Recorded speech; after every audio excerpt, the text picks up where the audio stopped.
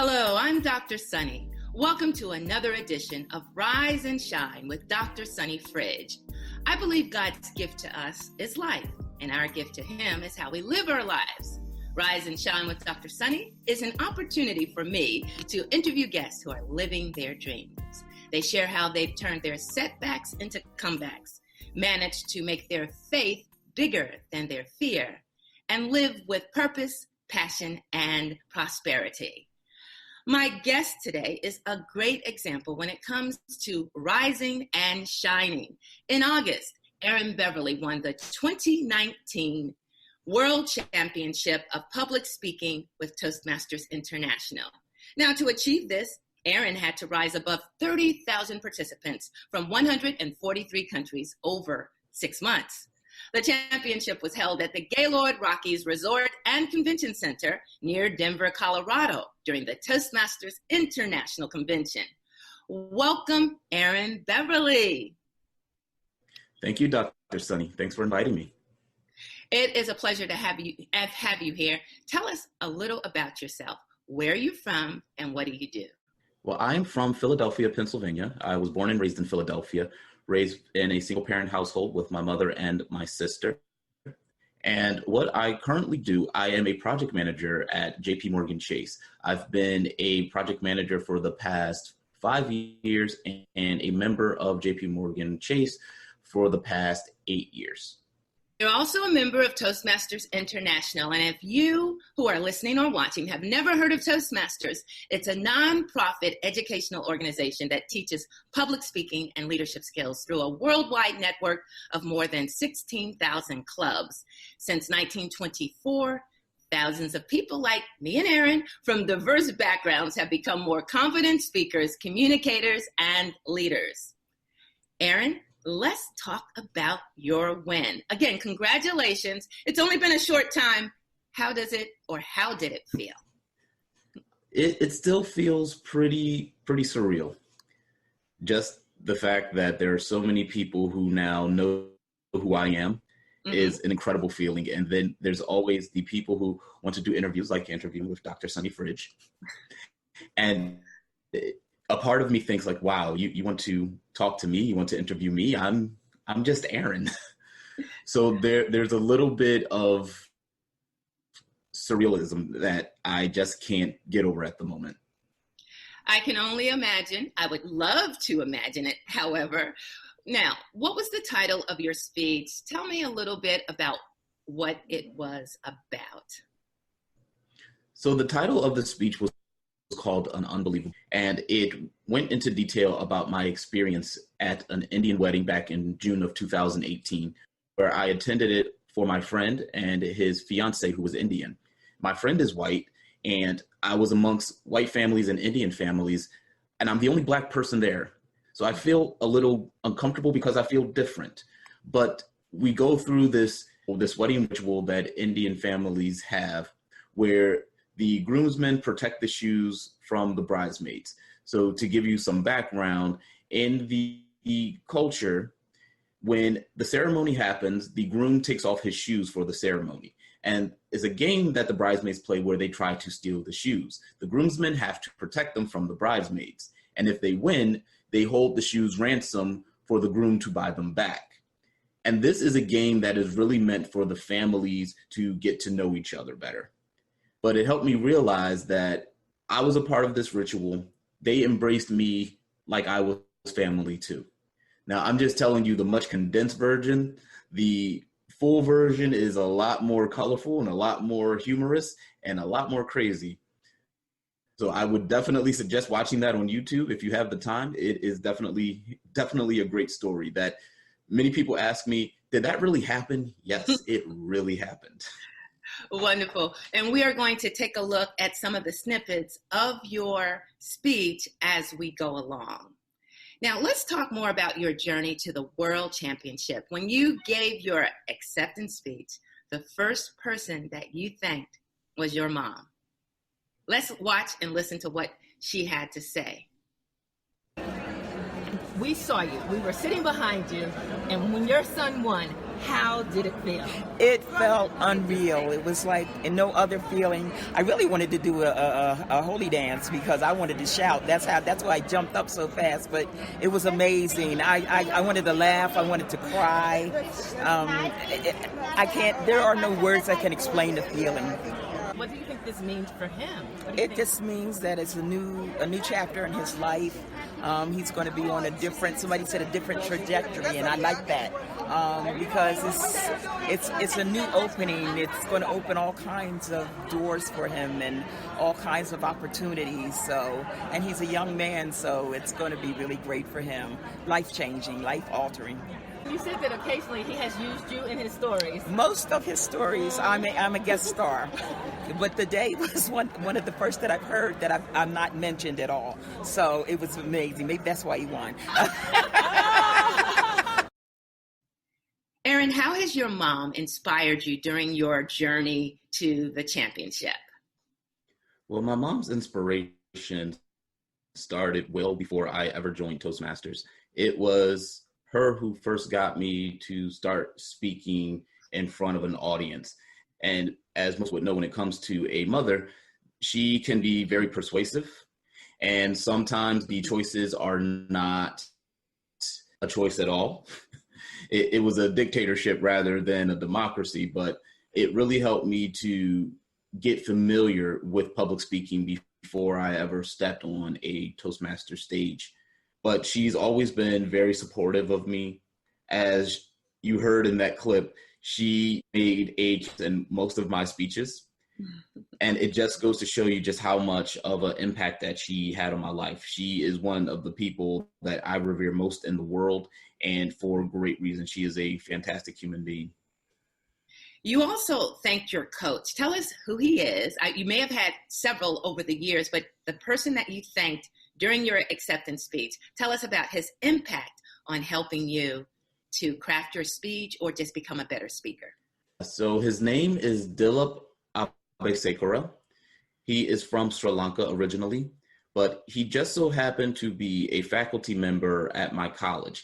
And normally that's not such a big deal. We have a lot of people who are faculty members and members of Toastmasters International.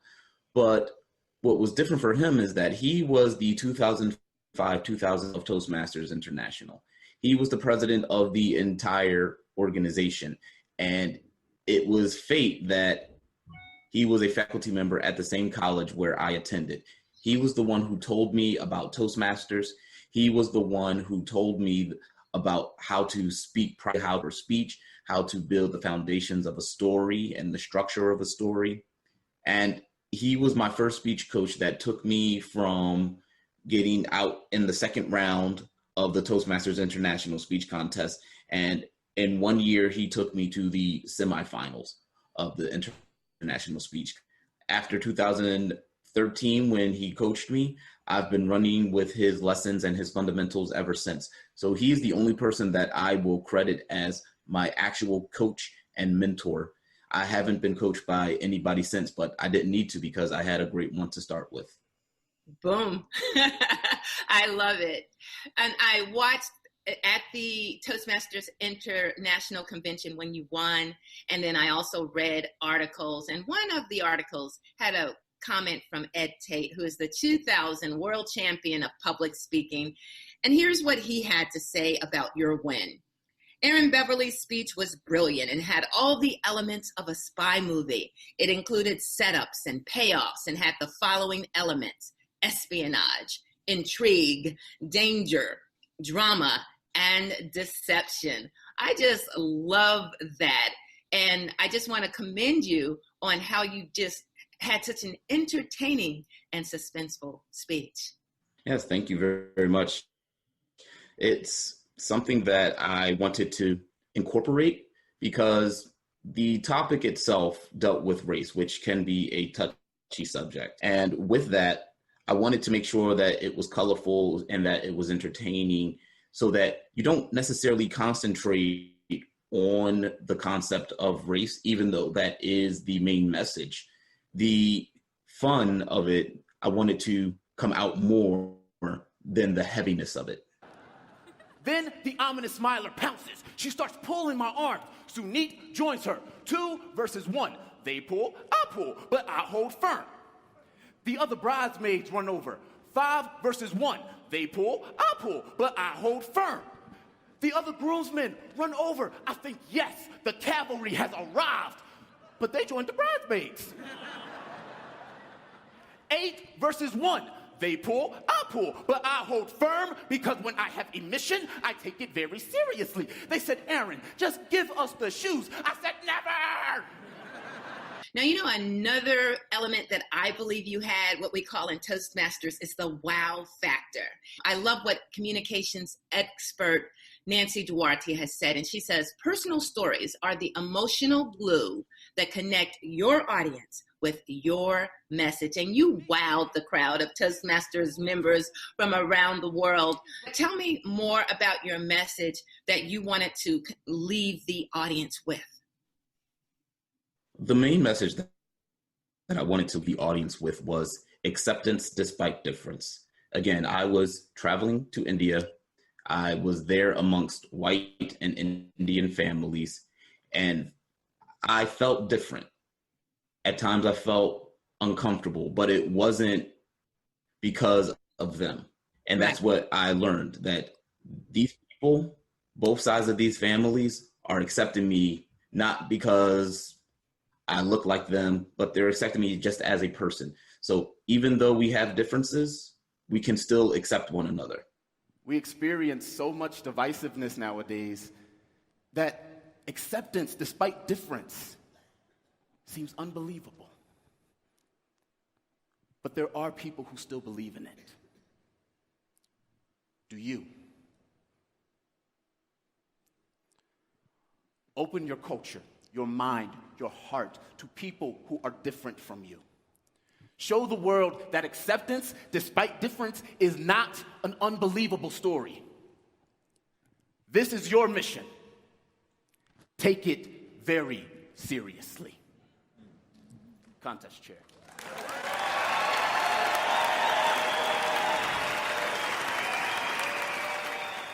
So even though we have differences, we can still accept one another. And that was the main message that I do tell everyone. Thank you so much for sharing that. It is so important, and it was well received. When we come back, we will talk about how you can gain confidence and become a better speaker or leader by joining a Toastmasters club near you. Stay with us.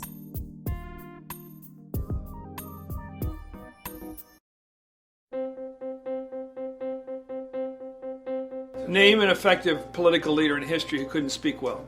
Mr. Gorbachev, tear down this wall. There aren't any. Because when it comes to a disease, Freedom requires leadership, and leadership requires oratory. You have to speak to be heard. I have a dream. It's all about personal growth and guts. Never give in. Never, never, never. Welcome back to Rise and Shine with Dr. Sunny. My guest is Aaron Beverly. He is the 2019 winner of the Toastmasters International World Championship of Public Speaking. He's also a member of a Toastmasters club. Aaron, which club are you a member of? So I actually belong to two Toastmaster clubs. One is in Philadelphia. It is called University City Toastmasters. It meets on the campus of the University of Pennsylvania. But then I am also a member of a chapter in Delaware. It's a corporate chapter, and it is called Christianity Keynotes Toastmasters. It is actually the club that I participated on behalf of. Wonderful. Tell us your why in Toastmasters. Why did you join, and why do you stay? How has Toastmasters helped you?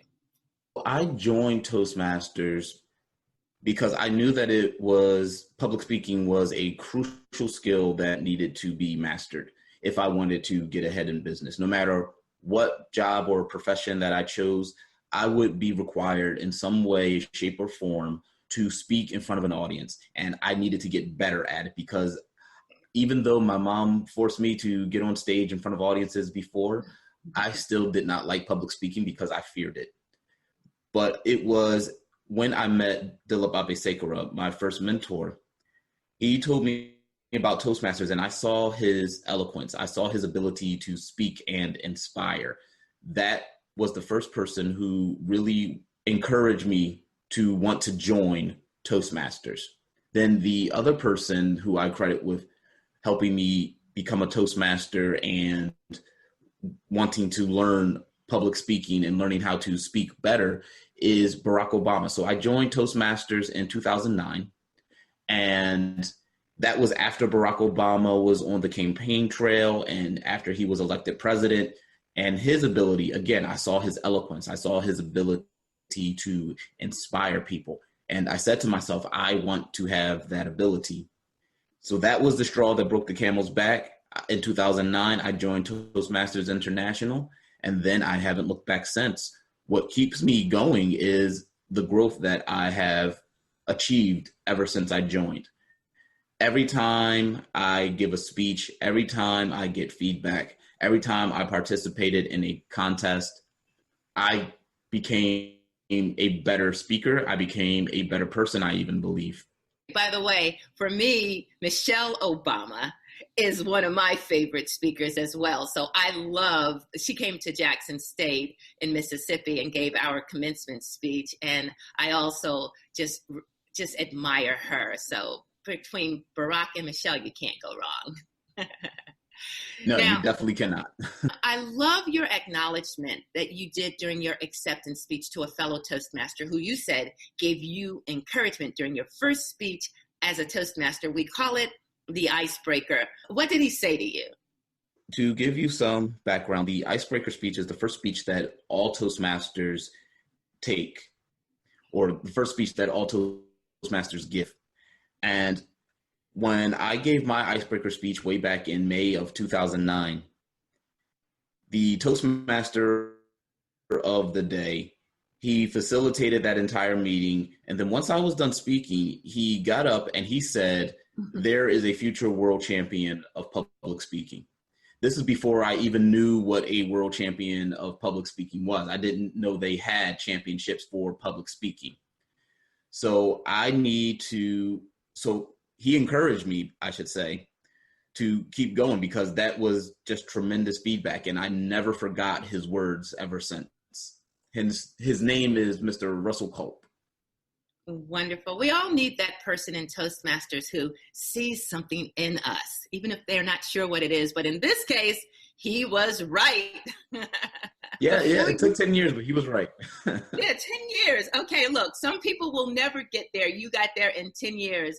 By the way, did you have setbacks that you turned into comebacks? Because I also know that you would have been voted least likely to be speaking on a stage with over 1,000 people. I heard you say that during one of your speeches. Were there setbacks that you had to overcome to get that confidence, or was it mainly through the lessons and the inspiration that you got as a Toastmaster speaker? So yes, there were definitely a lot of setbacks, but I believe the greatest setbacks are the ones that you dwell on. If you dwell on a setback and you decide that you're not going to grow from it, you just let it sit there and do nothing, then that's a complete failure. So a lot of people would see my setback in 2016. In 2016, I placed second in the World Championship of Public Speaking. And I believe that a lot of that was because of my mindset at the time. I was worried about the judging. I was worried about messing up. I wasn't focused on my message. So this year in 2019, I wanted to focus only on the message. I wanted to focus on the story and giving the proper message to the audience, telling the speech as it was intended to be given. And during that speech, I had a couple of fumbles. I tripped over a word or two here or there. I didn't say what I had intended to say word-wise, but I kept going. And I didn't think about the judging once.